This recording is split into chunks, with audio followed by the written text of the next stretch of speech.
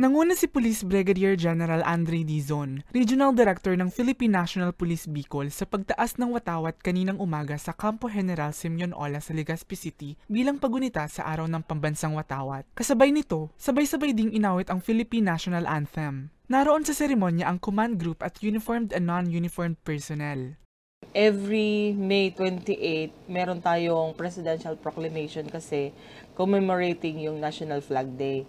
So kami, we are being directed na a very simple hoisting of flag ang gagawin namin at 8 o'clock. Simultaneous yun, nationwide.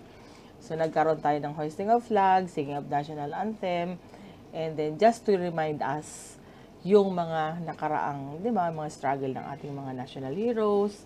And then we do not forget na meron tayong flag nagsisimbolize ng pagiging Filipino natin. Layunin ng pagtitipon na mas mapalalim pa ang kamalayan ng kapulisan sa kasaysayan at bigyang pugay ang mga nasa likod ng ating tinatamasang kalayaan. Very important because we are Filipinos. So hindi mo kailangan kalimutan na ang pagiging Filipino. We are strong. Kumbaga, pinaglaban tayo sa mga umaapi sa atin before, 'di ba? Kaya nga tayo may mga heroes. And kami instrument ng mga kabataan ngayon na at least makikita nila sa social media and sa inyo na we are doing this for you and for all the Filipino people.